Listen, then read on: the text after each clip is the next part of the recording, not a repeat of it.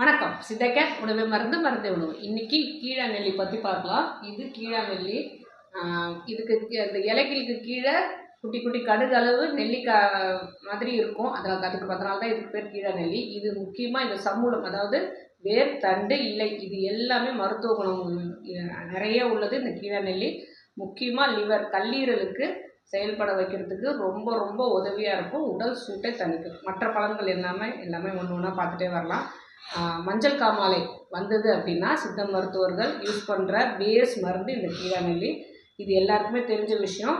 நவீன மருத்துவர்களும் லிவர், அதாவது கல்லீரல் செயல்பட வைக்கிறதுக்கு, அதுவும் முக்கியமாக மஞ்சள் காமாலை வந்துச்சுன்னா இதோட பேஸ் உள்ள மருந்து மட்டும்தான் அவங்களும் கொடுப்பாங்க. ஆரம்ப காலத்துலேருந்தே இந்த கீழா நெல்லி கல்லீரலுக்கு சிறந்த மருந்தாக பார்க்கப்படுது. இந்த கீழா நெல்லி மஞ்சள் காமாலை வந்துச்சு அப்படின்னா இந்த சமூலம், அதாவது வேறு, தண்டு, கீரை, இந்த இலை எல்லாமே சேர்த்து